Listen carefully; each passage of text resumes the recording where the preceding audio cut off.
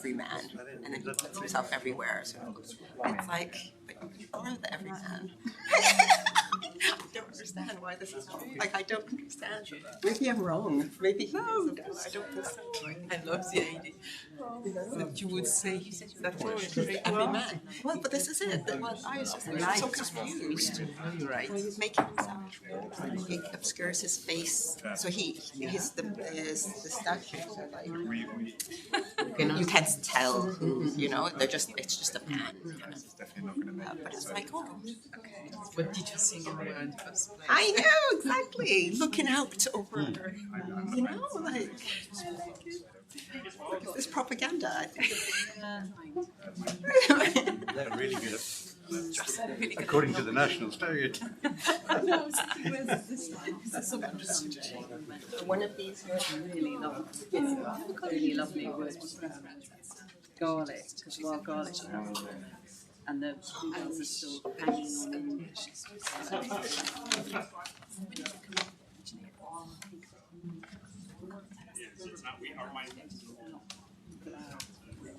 Beautiful. Yeah, we follow. Oh, hold on, this is not supposed.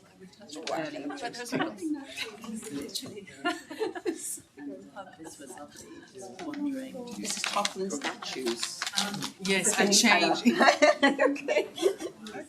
But it's okay, if you don't. Just I told them I changed mine and I could have changed it again. But I was thinking it's more explicit, more interesting this way. It's quite subtle. It's not like actually No, it's not like that. Yeah. The first one was about. I don't think that company makes of this.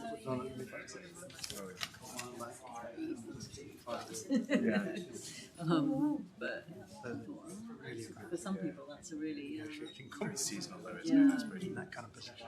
Doesn't last very long. No. I'm not going to have the exhibition I want. The kind of exhibition. Yeah. So that walk was like close to you. It was just outside. It was through.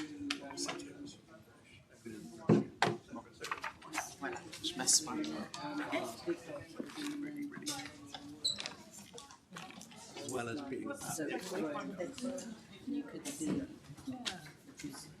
It was nicely done. Beautiful space. This fellowship last year, and I was surprised because I was thinking it's really Stop being more advanced.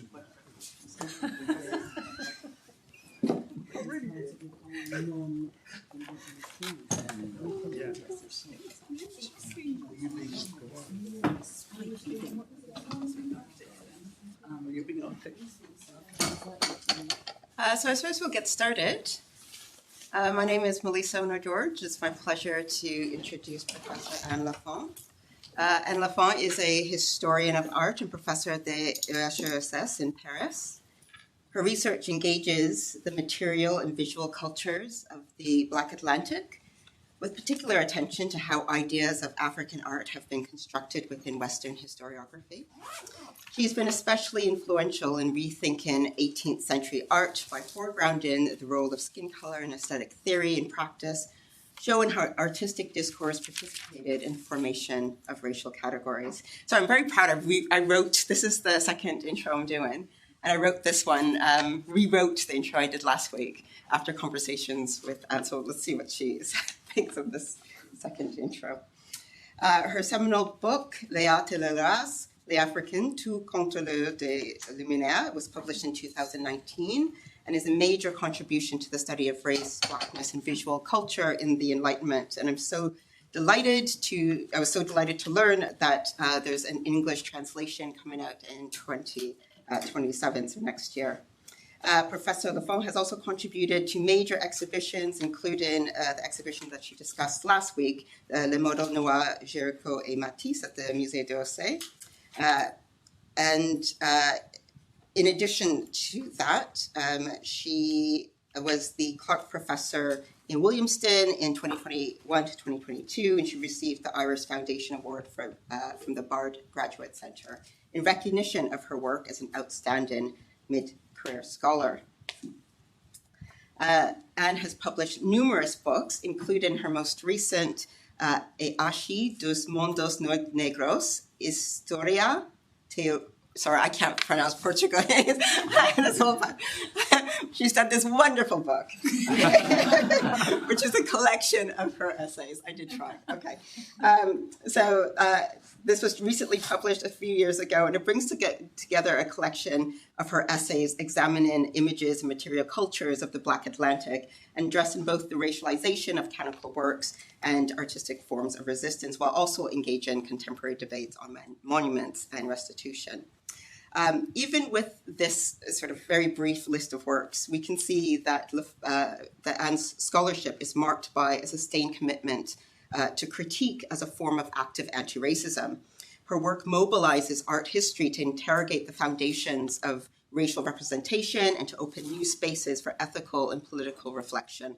And that commitment continues in her current work. She is currently researching the circulation of African objects in early modern Europe and their role in shaping the concept of fetishism in Western thought, alongside another project on the impact of Black Lives Matter on the politics of heritage in France. So this evening, Professor Lafont will be giving her second lecture in this series, which a new title called The Toppling Statues is That Heritage Preservation. Please welcome Professor Anne Lafont.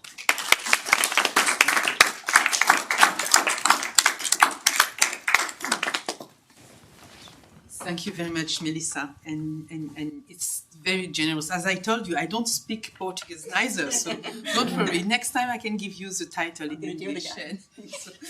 But thank you so much. That's very generous, and thank you for hosting me for the second lecture. And I changed a little bit the title, but in the end, when I finished, I would have changed it again. So probably something is not stabilized in what I really want to say through this lecture, but I will try in any way to communicate it tonight. So I would like to begin by reading an excerpt from a text by our great Martinican author and also my dear friend, Patrick Chamoiseau, who as early as 1994 was commissioned to reflect on the memories and ghosts of the famous penal colony in French Guiana. Here is what he wrote in a short, dense reflection he titled Traces Mémoires du Bagne. This is not an official translation. The text only exists in French, so I have improvised it.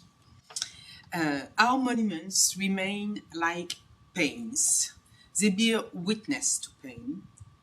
They preserve pain. They are most often structures produced by the colonial trajectory, forts, churches, chapels, mills, dungeons, buildings, used for the sugar slave trade, military outposts, statues and marble plaques celebrate explorers and conquistadors, governors and great administrators. In French Guiana, as in the Caribbean, these structures do not evoke any particular emotional response. While they bear witness to European colonists, they do not bear witness to other populations, Native Americans, African slaves, Hindu, Syrian, Lebanese, Chinese, who thrust upon these colonial lands had to find a way first to survive, then to live together, eventually forging a unique cultural and identity-based entity. The trajectory of these peoples has remained silent. Unrecorded by the colonial chronicle, it unfolded through their arts, their resistance, their heroism, without stealth, without status, without monuments, without documents. Only the speech of the elders, circulating beneath the written word, oral memory, bear witness to it. Yet speech does not make monuments, speech does not make history, speech does not make memory. Speech conveys stories. Speech disseminates memories. Speech bears witness through traces, reminiscences, and ever-changing memories where imaginations mingles with feelings and with emotion.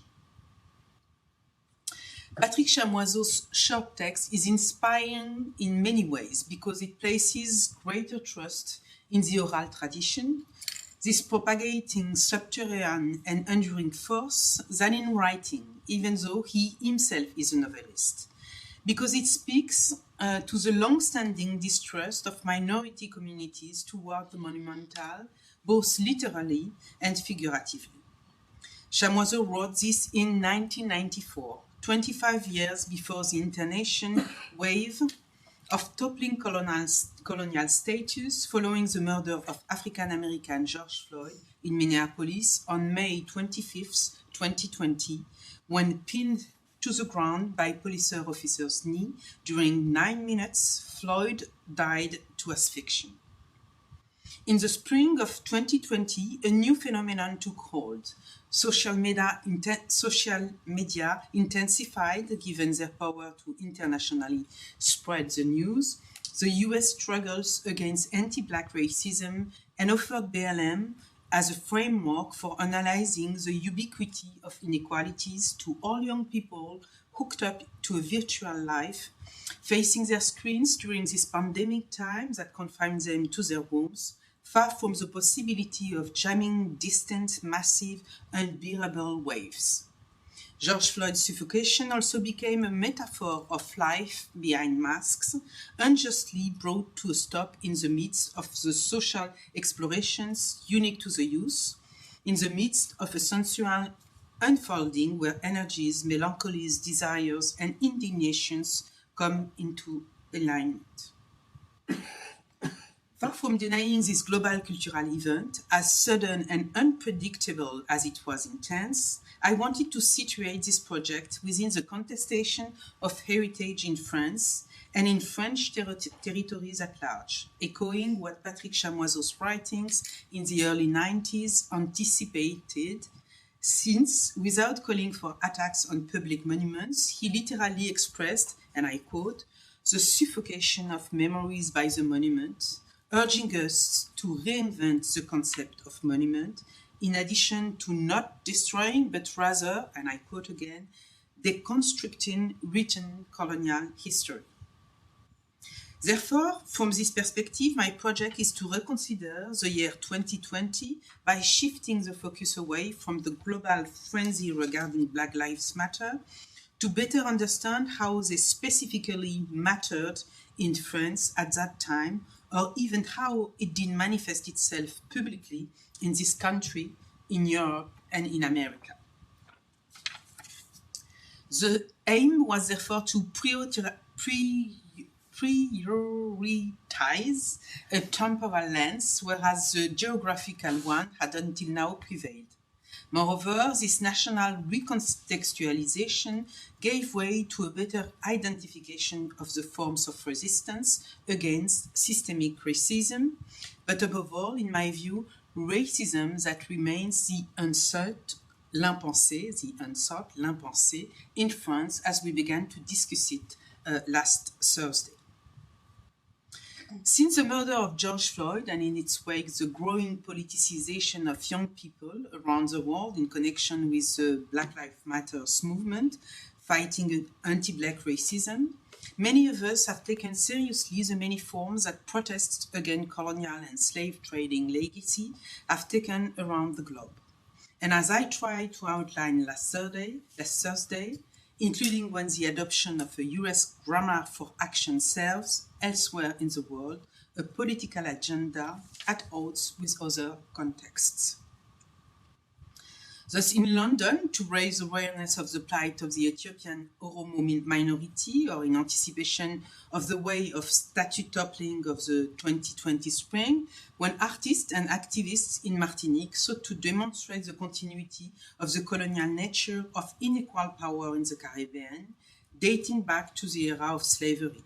The statue of Josephine Bonaparte, and even the one elevated to a hero such as Victor Schœlcher, the champion of the abolitionist movement, were then broken down, especially because the personification of this political struggle operated a dual process. First, it made invisible local emancipatory fights, and second, it denied the Black and the collective uprisings having preceded and permitted Schulcher's political gesture. Indeed, the erection of an individual sculpture portraying a white legislator did justice neither to the historical events nor to the political reality of the abolitionist process as a mode of power relations.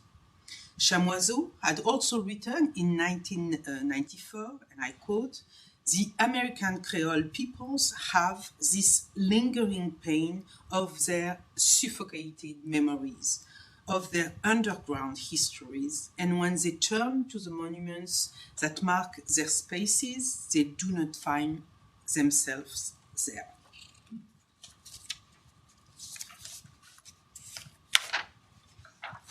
However, the outbreak of the Russian war in Ukraine on February 24, 2022, followed by the Israeli war in Gaza in the wake of October 7th massacre perpetrated by Hamas in 2023, compels us to reconsider the stakes involved in the toppling of colonialist or pro-slavery status. The outrage over these few acts of destruction, even if spectacular, now seems trivial in the face of the destructive forces that have come back in Europe and the Middle East. Indeed, in the face of these wars, of the destructions of homes, schools, hospitals, museums and libraries, and the deaths of tens of thousands of women, children and men, what significance can be attached to a graffiti-covered statue, another that has been toppled, or even to community pressure for the removal of an image perceived as offensive, or its removal from a public space deemed complicit? This symbolic nitpicking, this symbolic nitpicking might seem today not worth giving serious consideration. If we are to take time to analyze, should we not instead study the reality of war head-on? Moreover, a colleague and friend, an eminent specialist on World War II, told me more than 10 years ago that the problem with art history is that it does not deal with death. His remark was in between gentle sarcasm and sincere observation, for indeed art history can get into blissful enchantment or deal with the serialization of masterpieces that are such only at the cost of their abstraction from all social reality.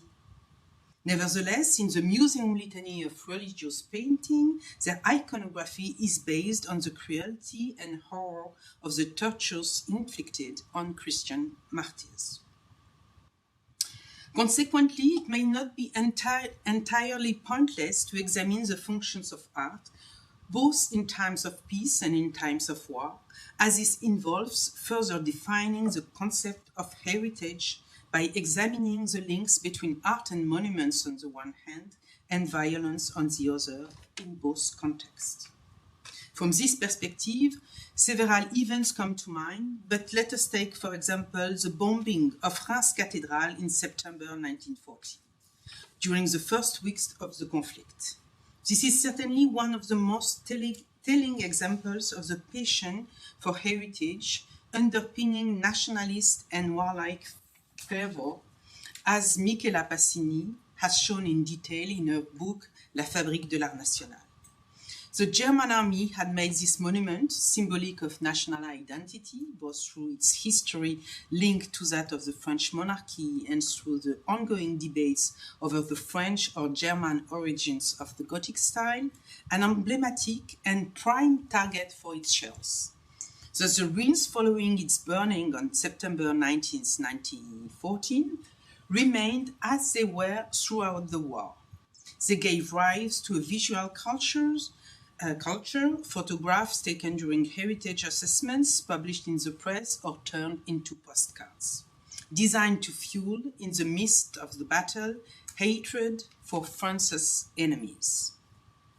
Ultimately, the question of whether or not to rebuild the cathedral exactly as it was, including its 70 destroyed status, became the subject of a heated controversies that pitted, starting in 1916, those who advocated leaving the gaping wound of the martyred cathedral or the mutilated cathedral as it was, and supporters of a faith restoration, the latter option ultimately prevailing after the war. Some 20 years later, in 1937, the reconstruction of Reims Cathedral, financed largely by American foundations within the Franco-American military and political alliance, was completed. With the same aim of stoking national antagonisms, Russian leaders in mid-March 2022 made official requests for the return of works belonging to the St. Petersburg Museum, but which were temporarily on loan to Italian and Korean museums.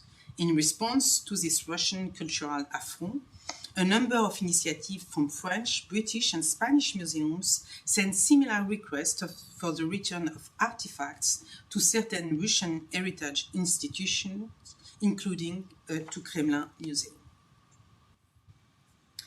This recurring pattern existed, of course, even before the 20th century, because military conflicts always cross with cultural wars.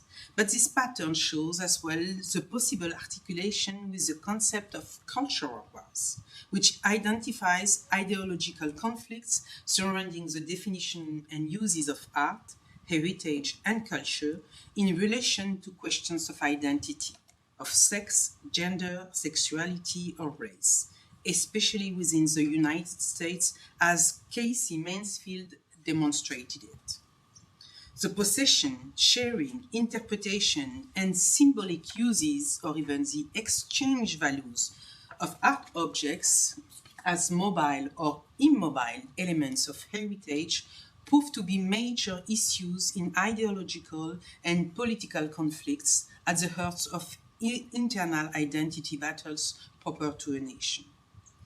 Moreover, subsequently, potential extension in violent forms of armed conflict may occur, as is the case, for example, with hate crimes, which are recurring today in France, ranging from the anti-Semitic murder of Ilan Halimi in 2006 to the Islamophobic murder of Abu Bakr Sissé in 2025. From this relational dynamic that closely links cultural heritage and identity conflict, we can deduce that the passionate relationships individuals maintain with their science, artistic, aesthetic, symbolic, religious, can serve as reference points and markers of the level of conflicts they are willing to endure in a cultural battle that takes the form of a civil war or even of an interstate war. Thus today I would respond to my friend, the eminent specialist on World War II, that art does indeed have a very close link with violence, including the most extreme armed violence. I would even add that it is necessary to understand to what extent there might be an organic relationship between the various manifestations of violence and the diverse cultural expressions in times of peace as well as in times of war. Therefore, even if attacks on heritage are in fact minimal compared to contemporary war's destructions, even if the mistreatment of monuments is most of the time superficial and reversible, and finally, even if generally speaking the desacralizations of symbols is relative and of various kinds, graffiti intended to defile, untimely slogans, awkward attributes, spectacular destructions, etc., to better situate them within the spectrum of acts of aggression, we must elaborate a sort of flexible, expandable, and shared grid which permits to place each of them in its proper place, in its singularity, and possibly in the archetype it embodies. Even when these aggressions do not possess the gravity of war, they could be its forerunners or corresponding signs, as in Reims in 1914, which requires, in my opinion, that they be studied carefully. In any case, the contestation of heritage as it has unfolded over the past 20 years can be viewed as one of the forms, sometimes violent, taken by the collective struggle for greater equality in access to public representation, and as well in the political project of building more just human societies. From this perspective, I find it useful to take a closer look at the pattern of heritage contestations as they express since 2020, especially since the arguments claimed by the activists demonstrating to urge to topple the signs of colonial times are almost the same the ones the members of the opponent side attached to maintaining the inherited symbolic order. Both parts claim working for the common good and base its revendication on the knowledge of history. What is interesting to observe, therefore, is how the same objective is claimed by the two sides, in the sense that they expect the realization of this common public space, but through opposing means. One by overturning the symbols, the other by preserving them intact. So I propose to identify the general stages of this kind of protest in order to point its main drivers and, if possible, to pay closer attention to specific unique cases, such as that of l'enseigne au nègre joyeux, which differs in several ways from the statue of Colbert, for example, erected near the National Assembly in 1810, and which remains there today, and whose public presence has been contested since 2017. Along with l'enseigne au nègre joyeux, these are the only two cases, and it's important, these are the only two cases of déboulonnage, toppling, in France, metropolitan France actually, during the spring of 2020. To be more precise, it was in fact merely a defacement, and both species are now completely undamaged. In any case, here is, broadly speaking, how we can outline the main stages of heritage protest in France. First, there is an uncontested presence of symbols of colonial history in public spaces. Then the onset of discord is caused by the perception among a community, often black, but not exclusively so, of the humiliating power of these symbols still present in public spaces, a square, a street. The triggering first of a formal request, which goes unheeded, and then a demand, admittedly from a minority, but demonstrative and collective, challenges the public display of the colonial image in the name of a conflict of interpretation. The monument is perceived by some as the emblem of political, colonial, pro-slavery ideologies and felt as still active. Others perceive it as a historical monument naturalized by the passage of time, or whose technical prowess establishes the prestige and necessity of preserving it, regardless of its intrinsic ideology. Most often, the final stage of this public tension surrounding a monument, that is a controversial approach to its public placement, results either in its removal and potentially its relocation to an institutional setting that neutralizes the contested symbolic charge, such as the museum, and this was the case of Le Nègre Joyeux. And you can see here better how it was harmed before. In 2018, it was removed from the wall where it stands in the center of Paris. Most often, the final stage of this public tension surrounding a monument, that is a controversial approach to its public placement, results either in its removal and potentially its relocation to an institutional setting that neutralizes the contested symbolic charge, such as a museum. This was the case of the Au Nègre Joyeux. Or the scholarly contextualization allows the monument to remain in place, an explanatory label being installed close to it. But for example, to my knowledge, the statue of Colbert has resulted in neither of these solutions. A new scenario came out this fall with the commission and erection of a counter-monument without the original statue having been in any way physically disturbed, in a collaborative effort with contemporary artists, as well as was the case in Nancy. And it is what you can see.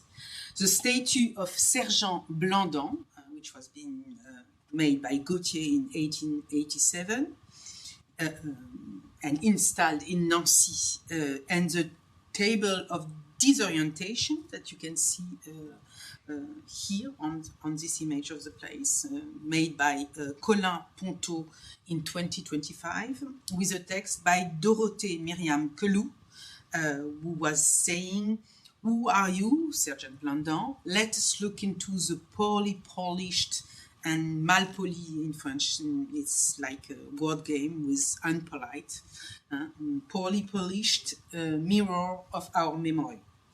The statue of Sergent Blandan he was a military figure from the conquest of Algeria, and he was killed in action in 1842. The statue was created in 1887 and then erected in Boufarik in Algeria, where the action where his death took place. And in 1963, following Algerian independence, it was removed and repatriated to France and installed in 1990 in Nancy, where it stands till today. Colin Ponto, Table de désorientation, unveiled in 2025, is a mirror disc featuring a text by Dorothée Myriam Kelou. And it was the family history of the Franco-Algerian journalist and writer, donc Kelou, that inspired this counter-monument. Her father had recognized this statue by walking by on the streets of Nancy because it had originally been erected in the town of his childhood in Boufarik. Dorothée Myriam Kelou, the daughter, and the artist Colin Ponto sought to give form to this, and I quote, "memory with gaps, burdened by silences, offering wanderers the opportunity through their own reflection to fill in the gaps of history and question the unthought of colonialism," end quote. However, it is the fate of the Nègre Joyeux, a sign that struck me as the most interesting topic to discuss tonight, because it stands apart from the better-known cases. It is not a statue, it is a painting, it is not an effigy of a military hero of colonization, but a commercial sign featuring two figures, a white woman and a black man. And finally, it is a composition consisting of an image and a caption, and in this case, explicitly racist, because the term nègre is unambiguous, even in 1900 in France. And it's not a public monument consisting of a portrait and a biographical narrative, as most statues of great men are. I also choose this example because the history of its controversy predates the Black Lives Matter movement. Well, at least the movement which was on in 2020, and even it was contemporary from the beginning of the BLM association in a way. This association founded by 3 young African American women in 2013. And consequently, the wave of statue toppling that swept the country following the death of George Floyd in 2020. The history of public opposition to the Au Nègre Joyeux sign actually began in Paris in the early 2010s.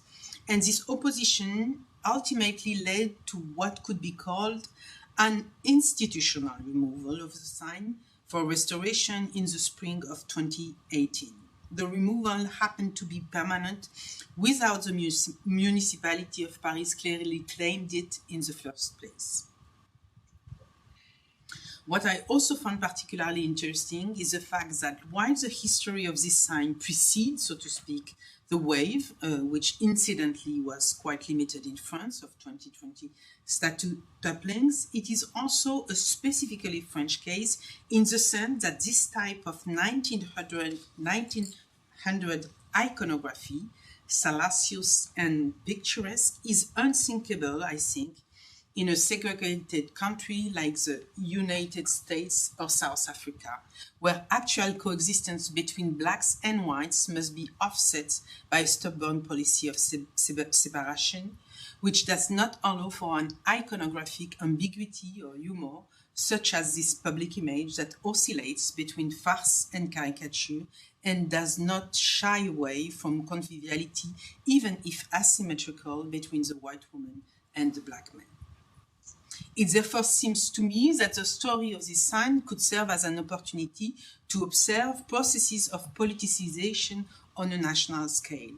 And for once, because of chronology, it would probably not be possible, as is often the case with issues of anti-black racism, to rely exclusively on the suspicion, so typically French and always discrediting, that unsuitable and incoherent American frameworks have been imported and awkwardly cast into the context of French mobilizations.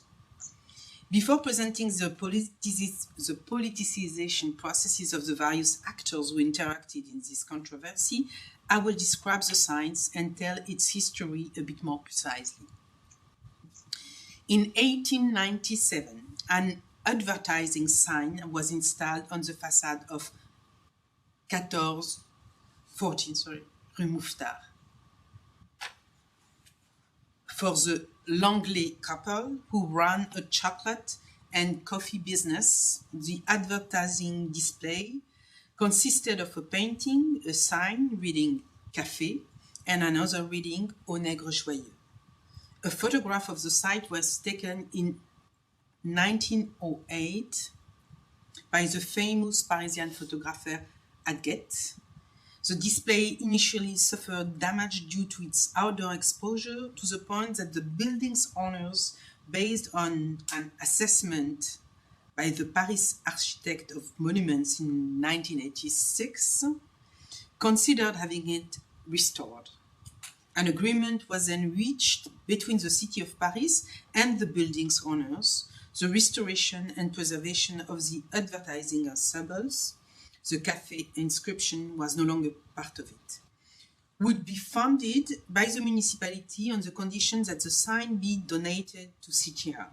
It was explicitly stipulated that it would remain in place while becoming part of the collection of the Municipal Museum of Paris History, the Musée Carnavalet. The district council voted to approve the donation, and the mayor of the 5th arrondissement of the Quartier Latin district, where standed the sign, Jean Tibéry, signed the corresponding resolution following a written recommendation from the Director of Heritage and Museums for the City of Paris regarding the need for this transaction to remain an exceptional case. The risk was the systemic transfer of responsibilities for the conservation of private property, and especially the associated costs, to the municipality authority. The two pieces were not removed until the fall of 2001 by the Restoration Services, first removal, of the Conservatoire des œuvres d'art religieuses et civiles in Paris, a municipal heritage institution. They were restored during the following year and reinstalled on the Rue Mouffetard in September 2002. The first act of vandalism against the sign occurred in the fall of 2011, 10 years later. No one claimed responsibility and the vandal was not identified. Excuse me, yes, that's the removal I wanted to show you, but I'm a little bit lost with my images. Wait a minute. Back? Yes, I'm late, sorry. I should be here. I don't know how I made it. anyway. The two pieces were not removed until, so I said that. Yes, the first act of vandalism against the signs occurred in the fall of 2011, 10 years later. No one claimed responsibility and the vandal was not identified. It occurred, however, on the sidelines of an initiative by the Anti-Negrophobia Brigade, la Brigade Anti-Noir, an informal collective of young black people in the Paris region, founded in 2005 by Franco Lolia, that you can see here, following the murder of Ziyed Bena and Bouna Traoré on October 27, 2005, in Clichy-sous-Bois, dead after having got into a Central Electric factory, fleeing a police run for identification control. In October 2010, following the racist remarks made by the perfumer Jean-Paul Guerlain, that you can see here, he said when he was asked about the creation of a perfume, "For once, I said to work like a Negro. I don't know if Negroes have ever worked so hard, but anyway." So this was the second time that the Brigade Anti-Noir, Anti-Negrophobia Brigade, along with other associations, initiated and won a lawsuit for racial slurs 2 years later. And I just want to show you, there are only a couple of images of this group, and we can see them. If you look, you can see the Guerlain signs. So they always came, there were maybe 15 or 20 people, and they would demonstrate on the sites they want to alert, and they were very much aware of what an image could do by helping their cause. But it's a very small collective, not very dynamic, but very demonstrative when it came to make some events, I would say, and political events in the 2010s years. Also, every Sunday, starting in the fall of 2011, and for a period I have not been able to determine, the Brigade Anti-Negrophobia organized rallies at the Place de la Contrescarpe to demand the removal of the advertising sign "Au Nègre Joyeux," deemed racist. This mobilization was accompanied by the launch of an online petition on November 3rd, 2011. I note that to date, their mobilizations have taken place primarily in the cultural and heritage spheres. Disruption of the play Exhibit B in 2014, the La Nuit des Noirs Festival in Dunkerque in 2018, and the performance of Aeschylus the Suppliants at the Sorbonne with black-faced actors in 2019, followed by various actions in the spring of 2020 targeting public statues, Federbe, Colbert, Gallieni, and Marchand. And again, they mobilized to September 2016, following the death of Adama Traoré, a 24-year-old black man, in July 2016, dead in police custody after trying to escape identification control. Therefore, the paint-throwing incident at the Au Nègre Joyeux sign in 2011 resulted in nothing more than an article in a weekly magazine, Le Nouvel Observateur, an article on the Bondy blog website, this is a suburb website, and a statement on another blog in August and September 2011. So which we glimpse the impatience or even disdain of a representative of a heritage preservation association, Pierre Houssiot, president of Sauvegarde et Mise en Valeur du Vieux Paris, meaning preserving and showcasing all Paris. Houssiot told the journalist from Le Nouvel Observateur, and I quote, "Sincerely, there are more serious issues when it comes to heritage preservation. This controversy makes no sense. Are we rewriting history? Let's just leave our symbols into the stones." On the other hand, the vice president of the CRAN, which is a representative council of black associations, also founded in 2006 following the murder of two teenagers, Ziyad and Bouna in Clichy, argues that the Council has, and I quote, already been alerted to these images. The problem is that there is nothing explaining what they actually represent, and children are growing up with these kinds of stereotypes about power dynamics. There is no awareness-raising effort. And she adds, personally, I am in favor of removing them all, but civil society must have its say. There needs to be a debate on the issue. Finally, the author of the article on the Bandy Blog website, Royce Mopondela, interviews representatives of what he calls, and I quote, the apological collective Cité en Mouvement, and members of the Anti-Negrophobia Brigade, with the former arguing for the need to install an explanatory label and the latter calling for a final signs removal.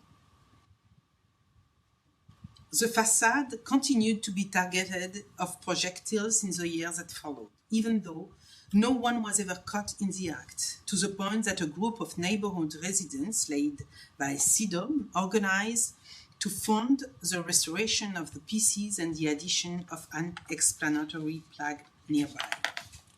CIDOM, the initiator of the participatory budget, denounced the fact that the Paris City Hall has broken its word, even though a national institution, the National Council for History and Memory of Slavery, in other words, even more authoritative reference than the CRAN regarding history, supports the compromise and reached the previous year, meaning returning the sign and installation of an explanatory plaque.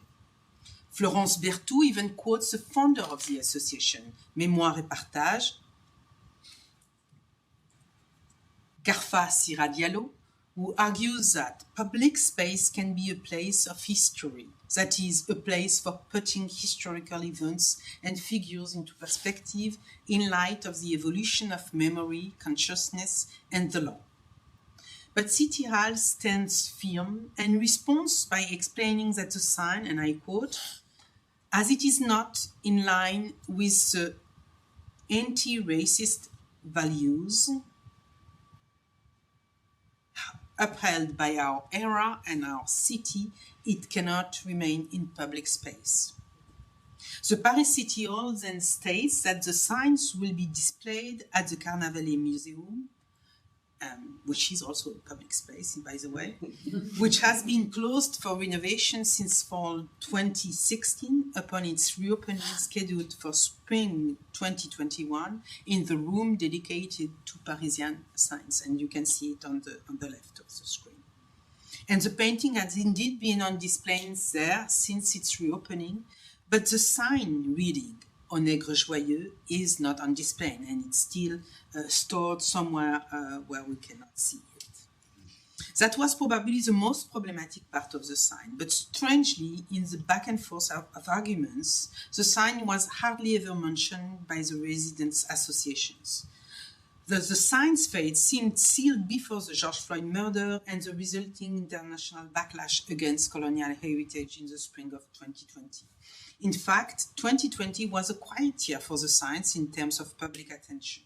On the other hand, it is quite possible that the lack of controversy surrounding it at the time of the museum's reopening in 2021 was in a way the result of the previous wave of sign removals. It may have put off residents of the Quartier Latin, who are now less eager to insist on the sign's return to the facade of the building on Place de la Contrescarpe.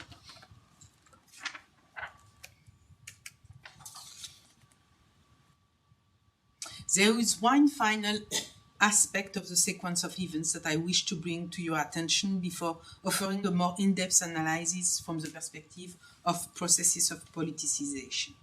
In 2017, the Carnavalet Museum was then commissioned by the Paris City Hall to preserve and display the sign, but also to provide the famous explanatory text, which evolved from an on-site plaque into a display panel or label, entrusting its content to professionals, namely historians. However, based on a very particular understanding of what history is, The museum's director and her team turned, on the one hand, to, and I quote, a firm specializing in historical studies, a private firm, in other words, which was tasked with compiling an exhaustive dossier of documentary research tracing the origin and history of the shop and the sign. And at the very same time, in February 2018, the museum director committed to establish, in addition, a small scientific committee of historians to produce a contextual historical overview and recommendation for public outreach for all audiences. Emmanuel Sibert, historian, Ciliane Larcher, historian, Papendiaï, historian, and myself was therefore approached and agreed to participate in this committee. Without further comment, I would add that only the women attended the three meetings and contributed year in, year out to drafting the exhibition level. This initiative stemmed from a division of labor in historical research that is difficult to explain, as if the collection of primary information and its processing into a report could be separated from an understanding of the significance of the sign from the perspective of history and art history. And as if documentation were not part of the museum's own curatorial work, a profession usually very protective of its specific skills. Why outsource the creation of the documentary dossier? Why not entrust the mission and its execution to the scholarly committee of historians, all researchers in the academic world? And why entrust this report to a, and I quote, micro-entrepreneur in heritage history, research and historical studies, as Mathieu Couchet defines himself on his business card. At no point did the museum's management deem it appropriate to arrange a meeting between the members of the scientific committee and the heritage history entrepreneur. The report was delivered in April 2018. Written, drawn, and photographic sources had been gathered, a detailed chronology of Place de la Contrescarpe, the Mouffetard, and the Langley lot was compiled, but the micro-entrepreneur in history did not at that point content himself with gathering primary documentation. He also wrote a chapter titled Analytical Description of the Painted Panel, in which he demonstrates with supporting evidence that the black man depicted is free, that he is a gentleman, and that this is an iconography of free black people from the Caribbean colonies. This chapter, which is an interpretation, and I might add a highly debatable one, was not initially requested by the museum.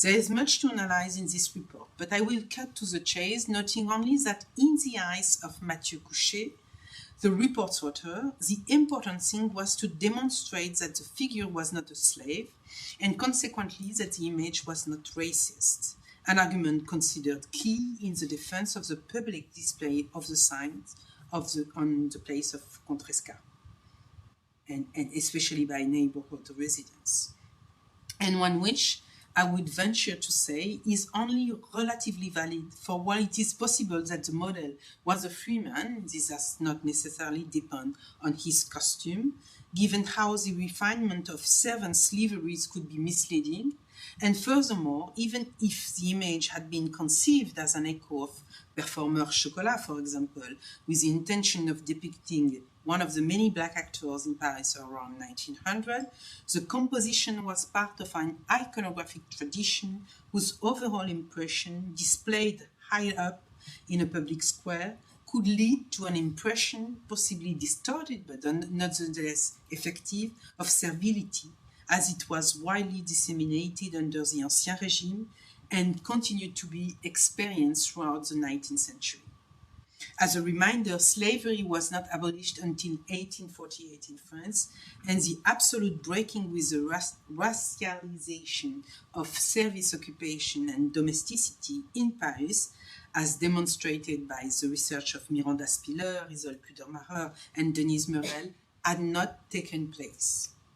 An image does not exist in isolation.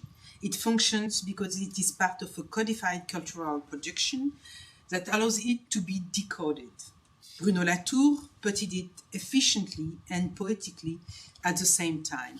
And he said, visuality can be understood only when a cascade of images is faced.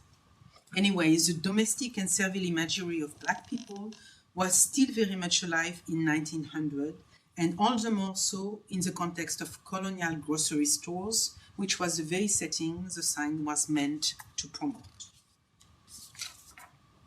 Finally, a last remark on the fate of the report, which also its use should have been exclusively at the discretion of the museum, the sponsor. It was widely circulated by the author among members of residents' associations and journalists who argued that the report by the historian Mathieu Couchet concluded that the sign should remain in place.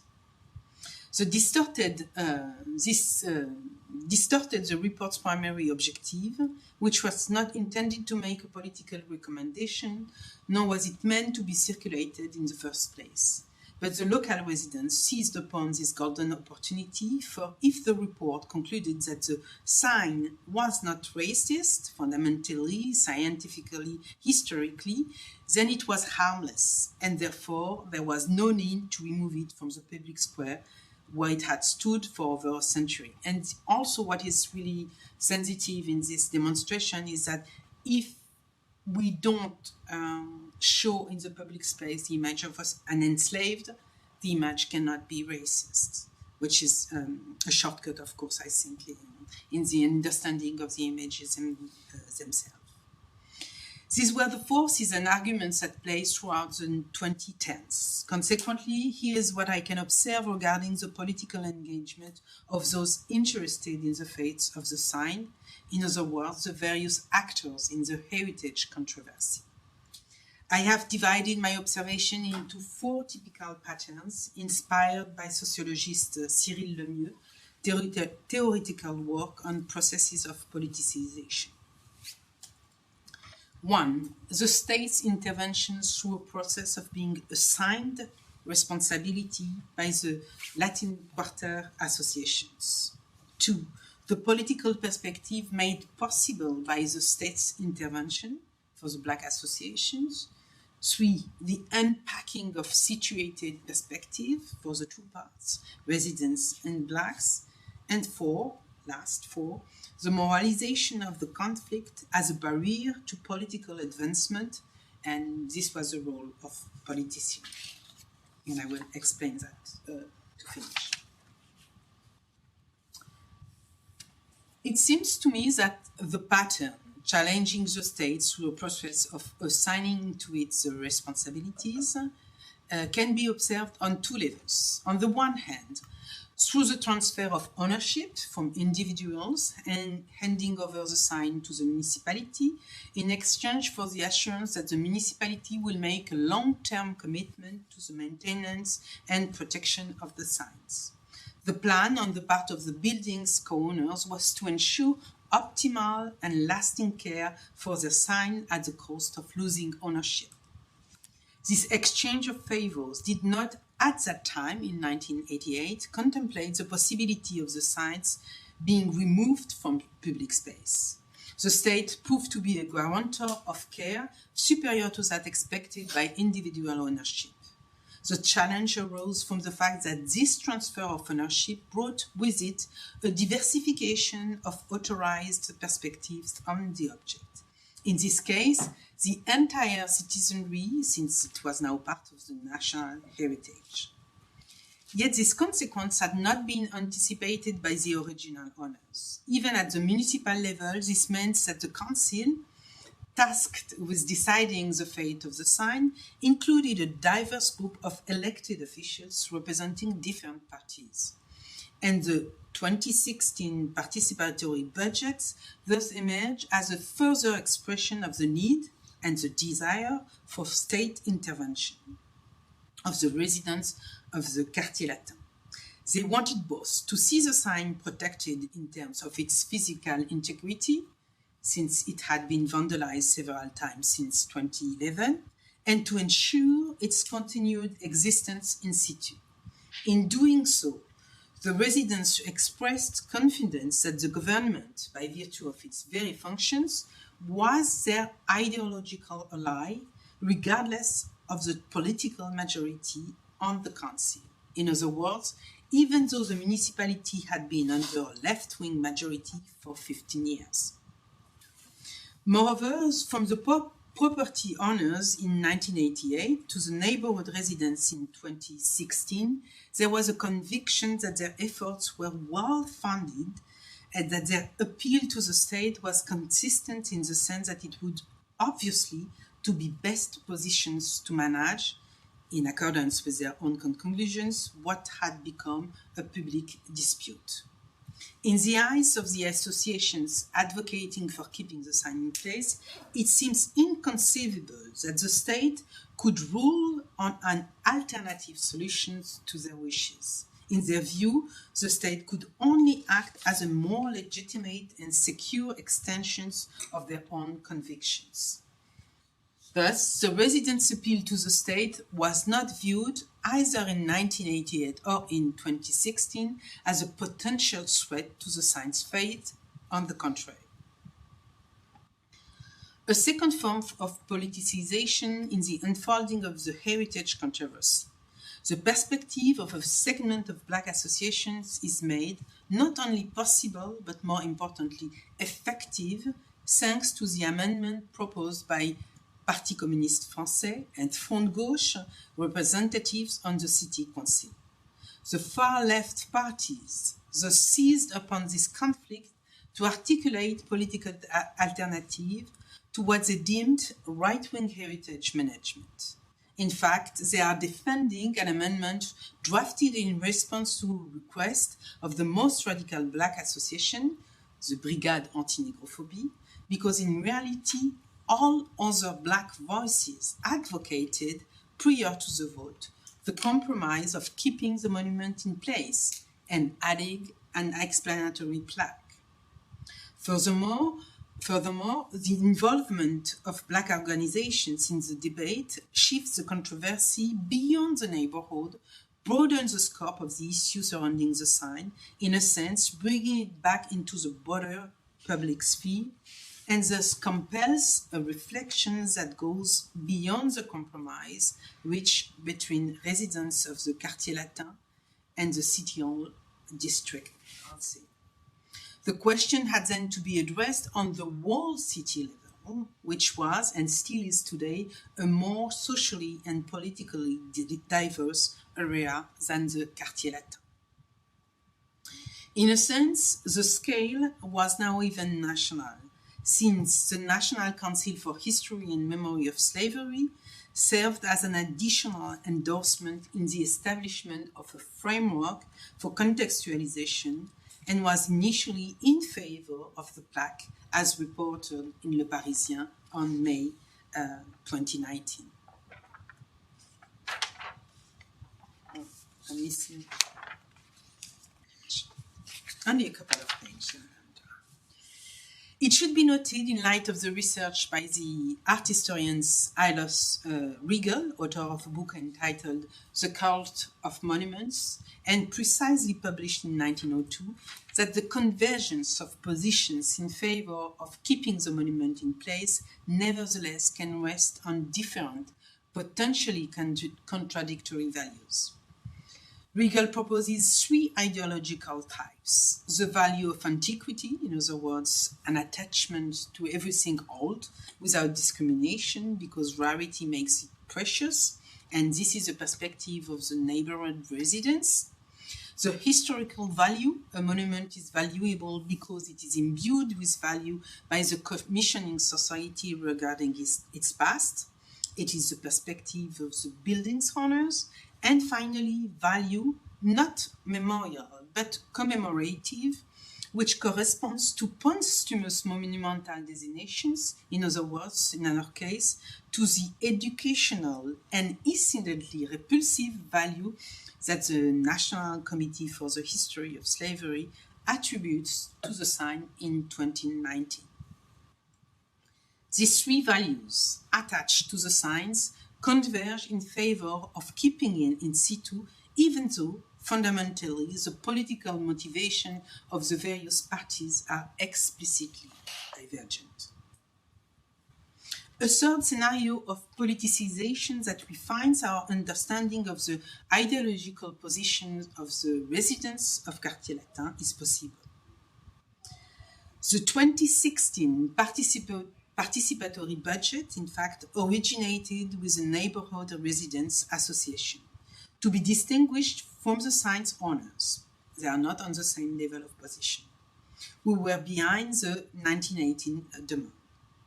Moreover, SIDOM, president of the Institut d'Orient and of an association for the defense and promotion of the Quartier Latin, an essayist, researcher, photographer, and leader of the participatory budget, advocates a position that has more fully integrated the need to manage the reception of the signs through a new form of mediation.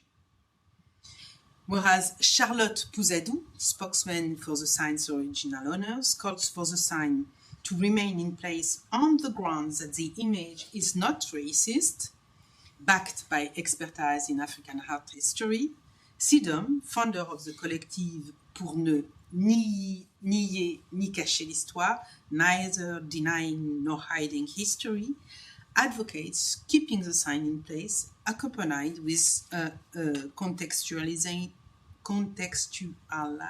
plaque, and with reaching out to Black organizations to reach an agreement with them on the compromise.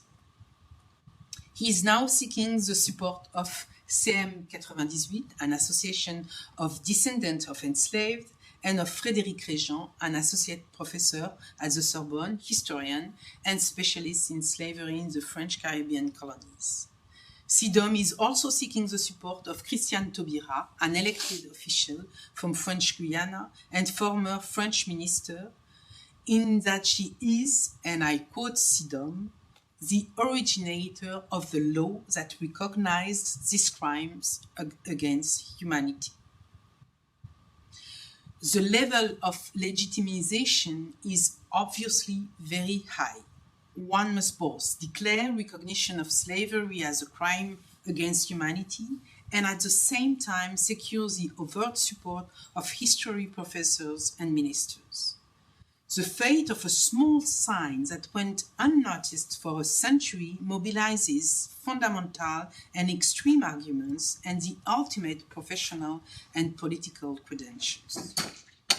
Implicitly, one can also gauge the residents' degree of uncertainty regarding the legitimacy of keeping the sign in place, since the foremost experts on slavery, descendants, historians, and politicians must endorse the compromise of the explanatory plaque for it to be legitimate in the eyes of the residents themselves to campaign for keeping the sign in place. When Mayor Florence Berthoud of the 5th District addressed the Paris City Mayor in September 2017 to push the proposal to keep the sign in place, her opening statement was, "Slavery was an abomination." This is self-evident, but it is also a necessary preliminary statement so that the substance of the matter, the sign's historical significance, can be discussed, and then only its public location. The fact that the debate had expanded from the public space of a 1900s commercial sign to the recognition of the abolition of slavery as something surprising, which also shows how important, as Black advocacy groups have understood very well in my opinion, to seize upon cultural or symbolic details is necessary in order to spark a wide-ranging public debate. And in this case, to spark it on the plurality of today's French society, but the inequality that governs its mode of representation. The effective absence of meaningful representation for communities that are, in fact, minorities, but above all, marginalized by their underrepresentation in political institutions, National Assembly, Municipal Council, ministries, and so on, necessitates strategies for visibility which involve overt obstruction of the cultural and heritage routine deemed untouchable. The effectiveness of these strategies seems to me to be partly demonstrated by the fact that the response raises the level of the debate to the recognition of the supreme crime against humanity, that is slavery. We have indeed moved from a caricatured, dated, yet contextualizable sign to a necessary positioning of all actors in the controversy over the history of slavery. It's crazy when you think about it, but it proves the necessity to achieve the spread of knowledge and the awareness of colonial and slavery history into French society to dissipate this unease by, on the contrary, facing it. There would thus be a call to the state through a process of assigning to it responsibility by neighborhood associations, but also indirectly a reverse process of political opportunism on the part of elected officials who, for the left-wing ones, adopt the most radical positions, the one with the least institutional backing as well, to illustrate and demonstrate a more pronounced ideological stance in favor of the fight against inequality. I quote Raphaël Primet, a communist elected official, and she said, I quote, "Since we know that in our society, unfortunately, there is still enormous racial discrimination, we cannot allow this to remain in place." Because of the neighborhood residents' attachment to keeping the sign on Place de la Contrescarpe, publicly opposing it becomes an opportunity for left-wing politicians to demonstrate a radical sense of firmer convictions regarding the need to make a clear break with tradition, deemed to compromise by the racist ideology the sign propagates and the slavery it evokes. Moreover, in both camps, there is a shift away and unpacking from initial strict positions, a process of accommodation toward a common solution by taking into account the grievances of the opposing side. Residents acknowledge the need for contextualization or seek to demonstrate the absence of inherent racist ideology in the image, and Black organizations, with the exceptions of the Brigade Anti-Necrophobie, see a benefit in keeping the sign on the place, highlighting the educational value of not erasing the urban traces of the colonial past. Fourth and last scenario. Finally, the last pattern specific to the forms of politicization offered by the heritage controversy holds in the moralization at the break on political mobilization. We must clarify what is meant by moralization. There was a consensus among all the actors that racism is, without a doubt, an intolerable ideology. I have read and listened to a great many testimonies, but from this perspective, I believe I can assure that their words did never get out of hand. The initial moral consensus is shared and even championed by everyone. Where the participants differ is in how this conviction should be put into practice regarding the fate of the sign. Amateur and professional historians engaged in Black history, and for the most part Black themselves, as we said, hold a somewhat unique position. The sign belongs to a stereotypical and derogatory colonial iconography, yet it must be kept in place to be a witness to this period in French history. They do, however, call for a contextualizing text to neutralize the offensive nature of the sign. The honors, led by Charles Pouzadou, are working to provide a scientific demonstration that the image is not fundamentally or formally racist, on the contrary, and is therefore inoffensive and can remain in place. The combination of these two approaches was a challenge, since their ideological foundations were opposed. But actually, these two different strategies assumed one common conviction, the one that passers-by possess intellectual abilities, the ability to believe that knowing history also means confronting its darker periods, the Black associations, and the ability to look closely at an image that is not the traditional one of domination, and it was from the part of the resident association. Thanks, my last page. In both cases, the option to keep the sign in place was chosen, and there was a bet on the intelligence of the public at Place de la Contrescarpe.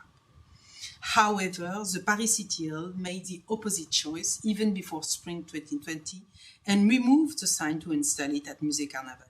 It was not the American wave of statue toppling that provided a model for the decision to remove the sign from Place de la Contrescarpe to protect it from contagious vandalism.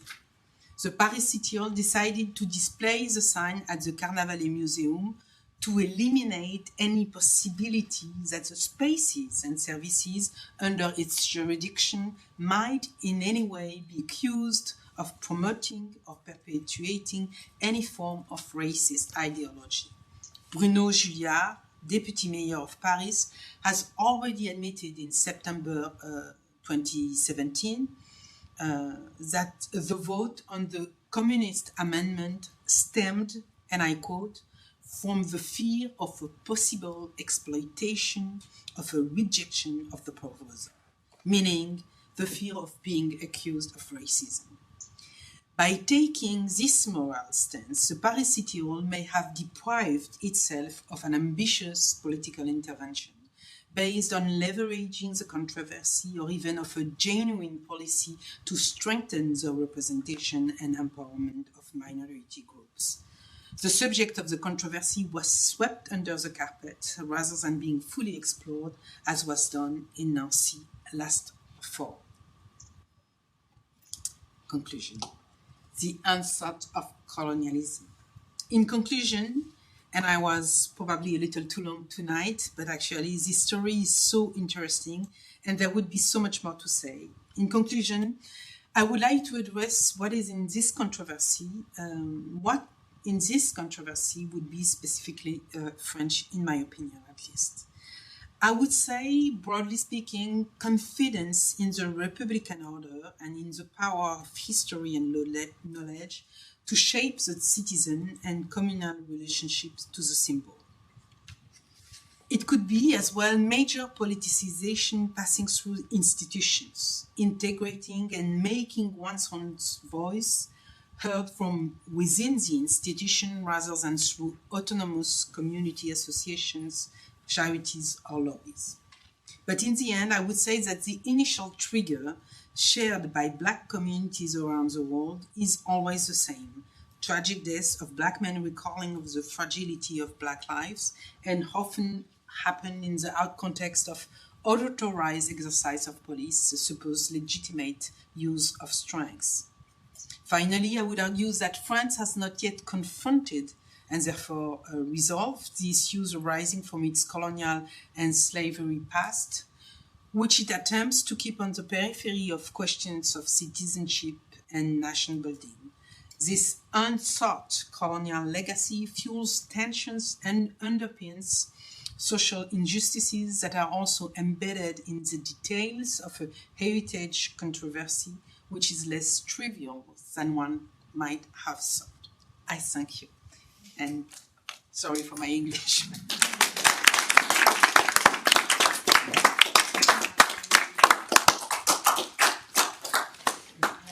Do we have any questions?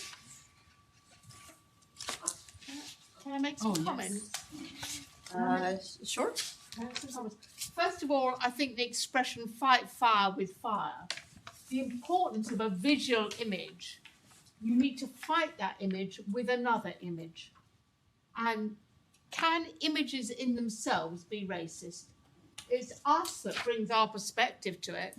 You know that picture that we all have about slaves being packed in ships? We don't see it as praising efficiency or praising capitalism, using that ship really well. We see it as a big anti-slavery thing, don't we? You know the one image I mean, don't you? To us, it's an anti-slavery image, but someone with a different perspective. So I think that's all these things, and I do think historians need to be brought in, because that image in itself poses lots of questions. What about the woman? What's her freedom? Maybe if the alternative for that black man, who I assume is a slave in a way, but if his alternative was lying in the bottom of that boat, no wonder he's joyeux.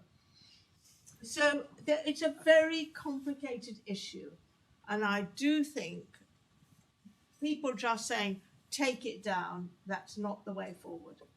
Thank you. Is there any other? Yeah.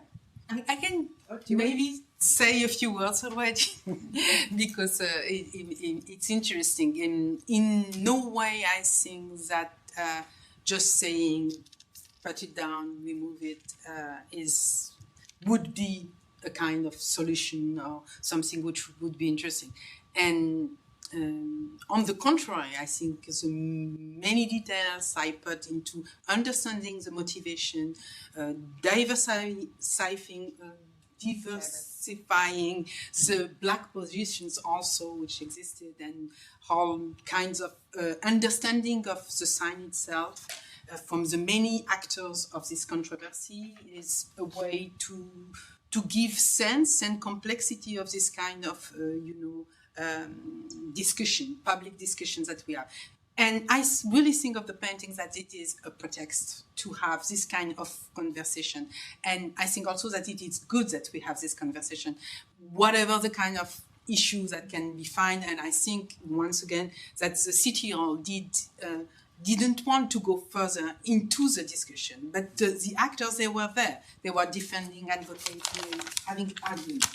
And the other thing that I agree absolutely with you, images are complex, and the context will give one idea or one way to interpret them, and you can put them in another context and they would say something else. That's why I say that you have to think of images in a broader cultural context, and they are echoing themselves. And it's true that this image echoes the 18th century images of servility, domesticity, and if not slavery, there is a space where there is no slavery, but there are still racism, as you know. So It's racist. I think that picture is racist. there are more images more racist, but I think it is racist because you have the sign au nègre joyeux on especially because of that. And I think it's and I must say, as I said last week, I talk about that a lot, but I'm 56. I've almost all my life living in the era of Paris. I went in front of this sign for years. In 2011, I was already, 41. Never been hurt by that. Didn't see that. So I don't want to say that it was all my life. It was difficult to pass by this. It's not the point. But it's true that activists, they help to take conscious of what's happening. And I like very much all the debates that there was around this sign. Even if in the end, for me, it's here or there, it's not bothering on an individual feeling. I don't know if I was clear enough. But, do you want to? Oh. Go ahead. I'll follow up. Thank you. What a case study. I believe I heard this addressed in the talk, but I just wanted to parse out a bit more of the idea that maybe focusing on images, heritage, these cultural artifacts might be a distraction from things like policy, economics, that sort of thing, and that in fact it's all kind of like a culture war that is taking people's attention but doesn't have like material or concrete impacts when it comes to combating racism. Was there any of that in these conversations, and how did it play out? If it And I didn't understand wrong word. And what I understood from what you were saying, I thought you were referring to the long introduction I made, justifying myself to talk about this kind of controversy and this kind of images and connected it to issues of racism. And it's true that it's always something that I want to, yes, I need to justify, and because I think it's also important, and you can go through this kind of debates regarding heritage or images or art and connect it to things which are more brutal in a way. But I understand from your questions that you were questioning the fact if the kind of arguments that were put to the front by the actors of the controversy went that far. Not in my knowledge. Not in my knowledge, even if the Black Association always connected their demonstration to the kind of Black murders that had happened before. So in this way, it was very strong. And I think they saw the heritage and the monument like scene, which could give them access to more visibility than the traditional demonstrations. And for example, they always had at the same time that they were only maybe 15-20%. You have this image, you think there is an army there, but there are not so many. And they try also, they launch petitions, things like that, didn't get many signatures. And it didn't work. But and I think even more now, but Brigade Anti-Negrophobie doesn't exist really anymore. There are other ones now, and now they even make the demonstration for the video and for the social media. It was not the case at that time, but they had a couple of images in the press, and also in the TV you had always some things that will focus on the kind of only 15 people, but 15 people standing with, the sign of Brigade Anti-Negrophobie. The first image that you showed of the brigade, they had the image of, they had the Black Panther sign logo. They had what? They had I thought I saw the Black Panther. Yeah. Yes. But the next ones, they don't. It seems, is that right? They changed. I understand, and they have it's something different that's on there. You might be right. But I'm not sure. Did they have the Black Panther image? I don't think they had it. It was a sticker, something like that. Right, okay. I'm not sure they had it on their arm. But they're invoking a very particular kind of. Yes. Absolutely. Do you want to take your I really loved that paper. I thought it was really, really interesting, and the detail and the care you took to look at each different stage of the process. It made me want to hear or have somebody do a similar account of the Rhodes statue, for example, here in Oxford. And I wondered what you thought, because one of the proposals that came up about the Rhodes statue was, okay, let's not take it down. I mean, in the end, they've gone the same way as this. In other words, the explanatory plaque. Great. But one of the propositions was, let's not take it down, let's turn it around the other way. In other words, actually alter the thing so that it has a different meaning in the same place. I wonder if that's a thing or a kind of response that anybody came up with here.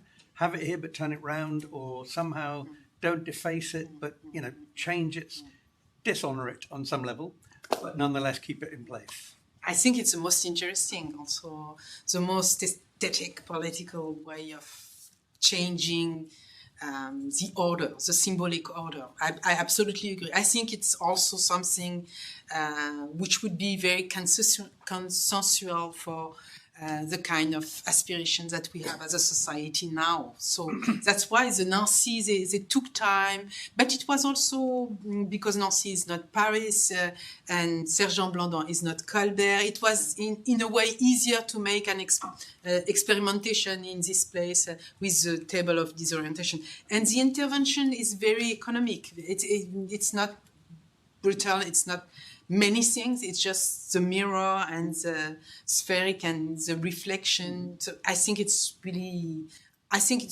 and it works because you know there's something new, there's something which is not usual, and you have to think, you have to read what is written, you have to understand what's at stake, and it's exactly what I think it's much better than to remove it and to make it from my personal, I mean, everything is okay, but I'm more excited by the Nancy proposals and by the removal and also what it says about museums. Either it's rubbish. I mean, you put everything you don't want. We have that, for example, in Russia. You have all the socialist and statues. You have a huge garden which is like